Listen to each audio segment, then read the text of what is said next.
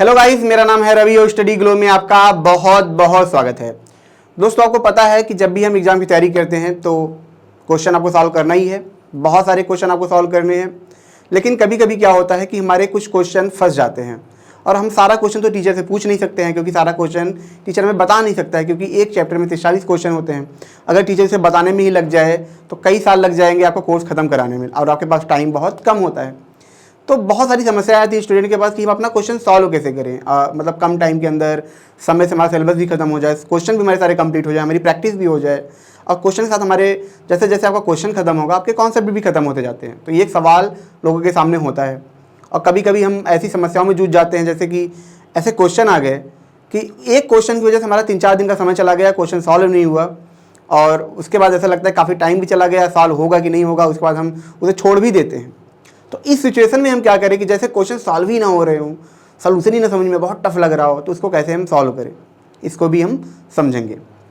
दोस्तों, सबसे पहली प्रॉब्लम क्या होती है, जब हम क्लास में पढ़ते हैं, लेक्चर लेते हैं, जब हम टीचर के साथ पढ़ाई करते हैं क्लास में, तो सबसे बड़ी चीज़ गलती हम क्या करते हैं, हम सबसे बड़ी गलती ये करते हैं कि हम सवाल ही टीचर से नहीं पूछते हैं। अगर हम सवाल ही उनसे पूछ लें तो आप समझ के चलिए 70 से 80% सवाल आपका कॉन्सेप्ट तो वहीं क्लियर हो जाएगा। जब वो टीचर आपको कॉन्सेप्ट पढ़ा रहा है, आपको पता है कि ये आपको समझ में नहीं है, इसके बावजूद भी आप नहीं पूछते हैं। कभी कभी को आपको पता भी होता है, इसके बावजूद भी आप सवाल का जवाब नहीं देते हैं। क्यों? क्योंकि आप घबराते हैं कि लोग क्या सोचेंगे।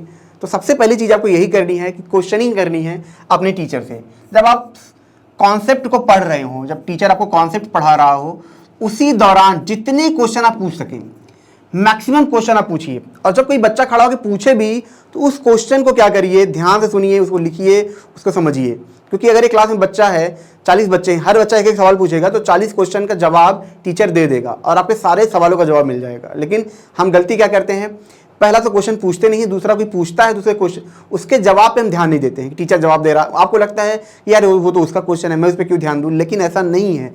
वो क्वेश्चन आपका भी क्वेश्चन है, वो आपको भी सॉल्व करना है, उससे आपका भी कॉन्सेप्ट क्लियर होगा। तो सबसे पहली चीज़ कि हम मैक्सिमाइज करें अपने क्वेश्चनिंग को, जितना ज़्यादा क्वेश्चन पूछ पाएंगे।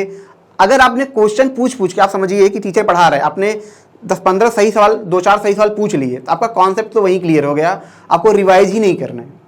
तो सबसे बड़ा एक जो गेम होता है क्वेश्चनिंग करना, सारे क्वेश्चन आप कॉन्सेप्ट के वक्त ही पूछो, ताकि जब आप क्वेश्चन सॉल्व करने बैठो, ठीक है, तो आपके क्वेश्चन में दिक्कत ना है। कॉन्सेप्ट क्लियर होगा तो क्वेश्चन आपके मैक्सिमम क्वेश्चन आपके वैसे ही सॉल्व हो जाएंगे।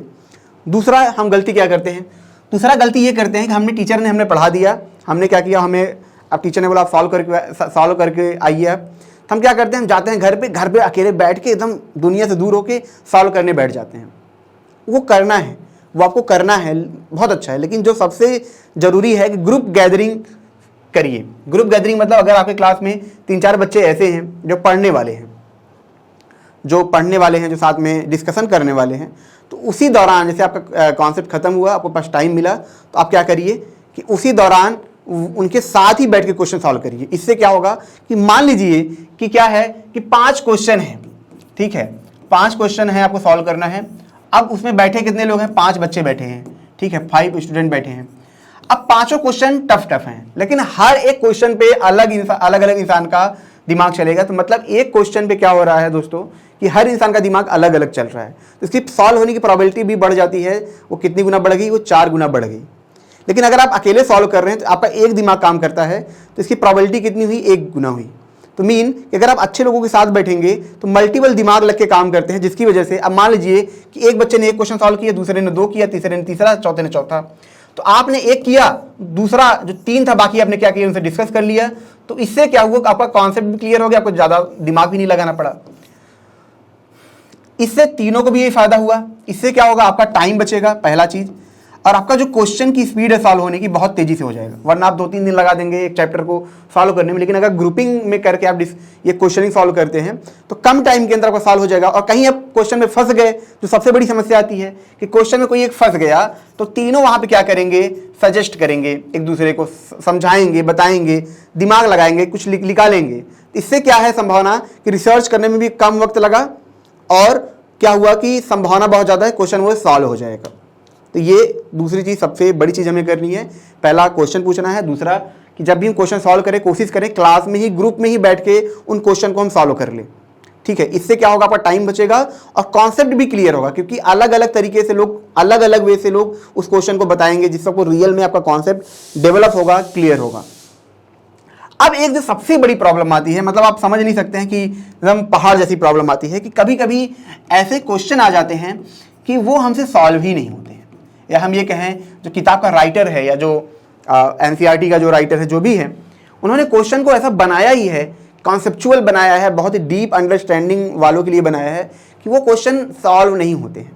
अब यहाँ पे प्रॉब्लम क्या आती है, प्रॉब्लम ये आती है कि पहले आप खुद करते हो, थक जाते हो, दोस्तों को दे, दोस्तों से भी नहीं होता है, अब आप परेशान कि अब करें क्या, टीचर से आप पूछोगे नहीं, भाई टीचर से भी कभी कभी टीचर भी नहीं बता पाता, क्वेश्चन ऐसे होते हैं। तो यहाँ पे बड़ी समस्या, आप क्या करें। अब ऐसा लगता है कि हमने एक चैप्टर पढ़ा, 40 क्वेश्चन थे, हमने 39 सॉल्व कर लिए, बस एक बचा है, एक बचा, इसको कैसे सॉल्व करें। अब एक आप नहीं कर सॉल्व करते, आपके मन में ये रहता दिमाग में, यार मेरा कॉन्सेप्ट क्लियर नहीं है क्या, मैंने वो खत्म, कॉन्फिडेंट नहीं आता है आपको यार कि नहीं कुछ मिसिंग है, कुछ गड़बड़ है, नहीं मुझे करना है। वो आपका जो जमीर होता है वो आपको बोलता है कि नहीं नहीं इसको करना है।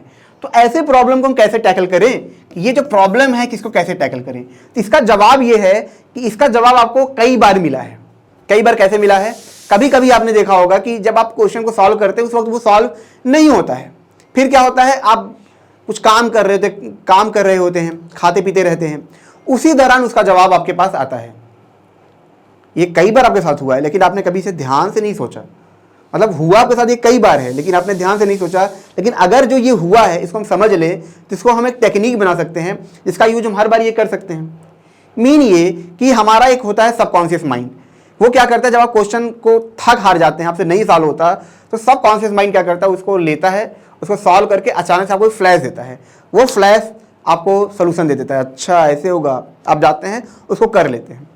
तो जब वो कभी कभार होता है, इसको हम हर बार कर सकते हैं। क्या करेंगे, अब मान लीजिए कोई ऐसा क्वेश्चन आया कि हमसे वो सॉल्व नहीं हो रहा है, हमने सारी कोशिश कर ली, सॉल्व नहीं हो रहा है, ठीक है कोई बात नहीं, हमें क्या करना है, अब उसको छोड़ देना है, उसको छोड़ देना है, बस हमें उसको दिमाग में रखना है।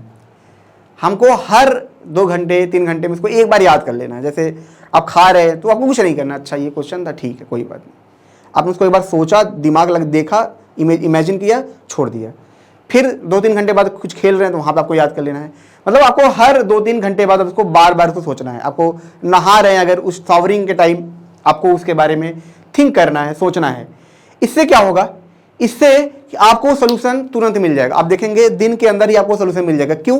क्योंकि आपने क्या किया, अब अपने दिमाग को फोर्स नहीं किया है, फोर्स आपने पहले कर लिया था, अब आपको नहीं करना है। अब आपको सिर्फ क्वेश्चन को रिवाइज करना है बार बार, आपको बार बार दिमाग को देना है कि ये है एक प्रॉब्लम, ये है ये प्रॉब्लम। कुछ टाइम बाद आप देखेंगे कि 24 घंटे के अंदर वो सोल्यूशन आ जाएगा। लेकिन अब ये टेक्निक बदल चुकी है, ये टेक्निक बन चुकी है। क्या बन चुकी है? आप ये टेक्निक, अब जब भी ऐसे क्वेश्चन आएंगे तब आप ये यूज आप बार बार करोगे, आप देखोगे मैक्सिमम टाइम आपको ये आंसर मिल जाएगा। मैक्सिमम टाइम आपको ये आंसर सिर्फ 24 घंटे के अंदर ही मिल जाएगा। अब इससे क्या होगा, इससे ये होगा कि एक तो आपका टाइम बर्बाद नहीं हुआ कि आप दिन भर उसी में लगे रह गए, दिन भर ऐसा नहीं हुआ, आपने भरपूर ट्राई किया, एक बार में ट्राई किया, आधे घंटे अपना लगाया, नहीं हो रहा था, कोई बात नहीं, आपने क्वेश्चन को क्या किया, दिमाग में रखा, आपने क्या किया, बस उसको अपना काम कर रहे हैं, आप अपना सारा काम आप कर रहे हो, दूसरा सब्जेक्ट पढ़ रहे हो, कुछ कर रहे हो, लेकिन उस क्वेश्चन को आप बार बार दिमाग में याद दिला रहे हो, बार बार आप याद दिला रहे हो। तो ये क्या है, टेक्निक है। आगे ऐसे जब भी क्वेश्चन हमें नहीं आएंगे, हम यही टेक्निक यूज करेंगे। हम क्या करेंगे, उनको दिमाग को बार बार दिमाग को याद दिलाएंगे, बार बार याद दिलाएंगे, बार बार याद दिलाएंगे, जिससे क्या होगा कि वो सब कॉन्शियस माइंड आपको एक फ्लैश देगा, एक आइडिया देगा और आप उसको सॉल्व कर लोगे, और ये आइडिया का काम आप हर बार यूज करोगे। तो इस तरीके से हम 0 लेवल से लेके जेड लेवल, मतलब 100 लेवल के जो क्वेश्चन होते हैं, जो टफेस्ट क्वेश्चन होते हैं, उनको हम सॉल्व कर पाएंगे। मतलब हर एक क्वेश्चन को हम सॉल्व कर पाएंगे। आसान वाले क्वेश्चन को कॉन्सेप्ट से, उससे थोड़े टफ वाले क्वेश्चन को ग्रुप से, दोस्तों से, टीचरों से, और उससे टफ वाले क्वेश्चन को अपने सबकॉन्शियस माइंड से हम सॉल्व करेंगे। और ये सारी चीज़ें आपने कहीं ना कहीं देखी होंगी, बस इसे एक टेक्निक के फॉर्म में लाने की जरूरत है ताकि आपका टाइम बच सके। दोस्तों, अगर ये लेक्चर आपको अच्छा लगा, इसे लाइक करें, कमेंट करें, शेयर जरूर करना।